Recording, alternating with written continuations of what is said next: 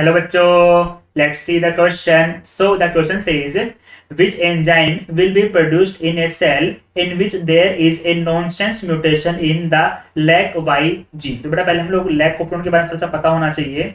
Lac operon कि बेटा lac operon के अंदर जीन्स का अरेंजमेंट कैसे होता है उसके बारे में थोड़ा सा नॉलेज हमको होना चाहिए. तो बेटा सपोज कीजिए हम लोग लैक ओपेरॉन बनाने का कोशिश कर रहे हैं. हम लोग जानते हैं कि बेटा इसमें क्या होती है. सबसे पहली जीन तो होती है रेगुलेटर जीन आई होती है, देन प्रमोटर आएगा बेटा, देन ऑपरेटर आएगा, फिर आएगी फर्स्ट स्ट्रक्चरल जीन जेड, फिर आएगी second Y and third structural gene A. इस तरीके से बेटा हमारे पास में जीन्स का अरेंजमेंट होता है. अब बेटा हम लोग क्या जानते हैं कि जो जीन जेड है बेटा वो क्या बनाती है, वो बनाएगी बेटा बीटा गैलेक्टोसाइडेज. बीटा गैलेक्टोसाइडेज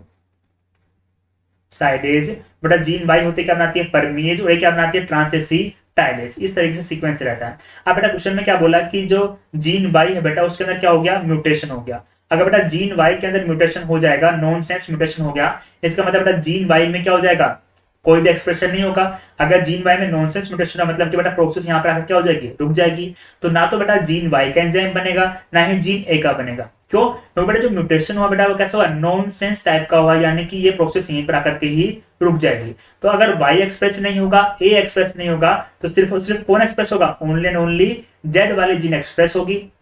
और अगर Z जीन एक्सप्रेस होगी बेटा तो कौन सा एंजाइम बनाएगी, बीटा गैलेक्टोसाइडेज बनाएगी.